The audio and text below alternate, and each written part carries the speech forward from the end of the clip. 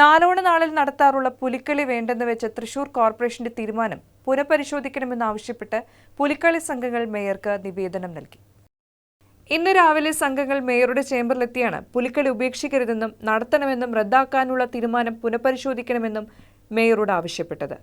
എത്രയും വേഗം പുലിക്കളി സംഘങ്ങളുടെ യോഗം വിളിച്ചു ചേർക്കാമെന്ന് സംഘാംഗങ്ങളോട് മേയർ എം കെ വർഗീസ് പറഞ്ഞു. കോർപ്പറേഷൻ പുലിക്കളിക്ക് അനുമതി നൽകിയില്ലെങ്കിൽ എന്തു ചെയ്യണമെന്ന കാര്യം പുലിക്കളി സംഘങ്ങൾ തീരുമാനിച്ചിട്ടില്ല. രജിസ്റ്റർ ചെയ്യുമ്പോൾ പോലും ഞങ്ങൾക്ക് ഉത്കണ്ഠ ഉണ്ടായിരുന്നു, നടക്കുമോ നടക്കില്ല. അപ്പോൾ ഈ രജിസ്ട്രേഷൻ പൂർത്തിയായപ്പോൾ പിന്നെ നമുക്ക് ഉറപ്പായി നടക്കുന്നത്. അതുകൊണ്ട് തന്നെ ഞങ്ങൾ ഒരുപാട് തുക ഇതിൻ്റെ തുടർ പ്രവർത്തനങ്ങൾക്ക് വേണ്ടിയിട്ട് വീണ്ടും വിനിയോഗിക്കുകയുണ്ടായി. ഓരോ ടീമിനും ഏറ്റവും കുറഞ്ഞ 4 ലക്ഷം രൂപയിൽ നമുക്ക് ഇതിൽ നിന്ന് ഇറങ്ങിക്കെടുക്കുകയാണ്. ഇത് കുറേ കാശ് എടുത്ത് വെച്ച് നടത്തുന്നൊരു പരിപാടിയല്ല ഇത്. പൊതുജന പങ്കാളിത്തം, അതോടൊപ്പം തന്നെ തൃശ്ശൂർ കോർപ്പറേഷൻ എല്ലാ വർഷവും ഞങ്ങൾക്ക് വേണ്ട രീതിയിലെ സഹായവും പിന്തുണയും നൽകുന്നതാണ്. അതുകൊണ്ട് തന്നെ ഞങ്ങൾക്ക് കോർപ്പറേഷൻ്റെ നിലപാടുകൾക്ക് ഞങ്ങൾ ചോദ്യം ചെയ്യുകയല്ല.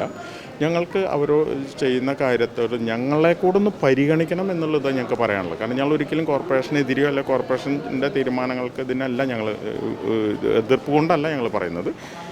പെട്ടെന്ന് എടുത്തൊരു തീരുമാനം ഞങ്ങളെ കൂടെ ഒന്ന് അറിയിച്ച് ഇന്നമാതിരി ഉണ്ട്, അപ്പോൾ അതുകൊണ്ട് നമുക്ക് അതെന്ത് വേണം, ചിലപ്പോൾ മാറ്റി വയ്ക്കേണ്ടി വരും എന്നൊക്കെ പറയുകയാണെങ്കിൽ ഞങ്ങൾ വീണ്ടും തുക ഇതിലിറക്കില്ലായിരുന്നു. ആ തുകയെങ്കിലും ഞങ്ങളുടെ കയ്യിൽ മിച്ചമുണ്ടാകുമായിരുന്നു.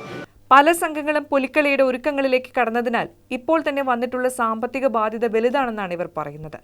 നിലവിൽ പല സംഘങ്ങൾക്കും 4 ലക്ഷത്തോളം ചിലവായെന്നാണ് പറയുന്നത്. 9 ടീമുകളാണ് ആഗസ്റ്റ് 5-ന് മുമ്പ് രജിസ്റ്റർ ചെയ്തിട്ടുള്ളത്. ഇക്കുറി 10 ടീമുകളാണ് നാലോണ നാളിലെ പുലിക്കളിക്ക് ഇറങ്ങാൻ ഉദ്ദേശിച്ചിരുന്നത്.